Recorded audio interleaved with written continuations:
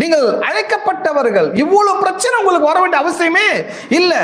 அவங்க மனதால, உள்ளத்தால, வாழ்க்கையில எல்லா விதத்திலும் பாதிக்கப்பட்டிருக்கிறாங்க.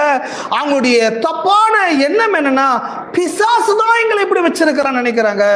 அவங்க இந்த பிசாசுக்கிட்ட இருந்து விடுதலை ஆகிறதுக்கு ஏராளமான இடங்களுக்கு போறாங்க. அங்க இங்க, ஒவ்வொரு மாசம், ஒவ்வொரு வாரம், ஒவ்வொரு கிழமை இப்படியே ப்ரோக்ராம் போட்டு போறாங்க.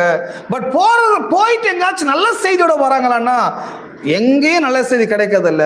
ஒதுங்கி இருக்குது, உட்கார்ந்துன்னு இருக்குது, படுத்துன்னு இருக்குது, பேய் இருக்குது, சூன்யம் இருக்குது, செய்வன் இருக்குது. இந்த மாதிரி வார்த்தையை கேட்டு கேட்டு கேட்டு அவங்க, நான் சொல்றேன், அவங்க முழுக்க அஃபெக்டா இருக்கிறாங்க, சஃபரா இருக்கிறாங்க. இப்ப சொல்லுங்க, ரட்சிக்கப்பட்டவங்களை கெடுக்கிறது யார் அப்படின்னு சொன்னா பிசாசுன்னு சொல்றாங்க. நான் சொல்றேன், பிசாசு இல்ல, கேட்கிற பிரசங்கம்.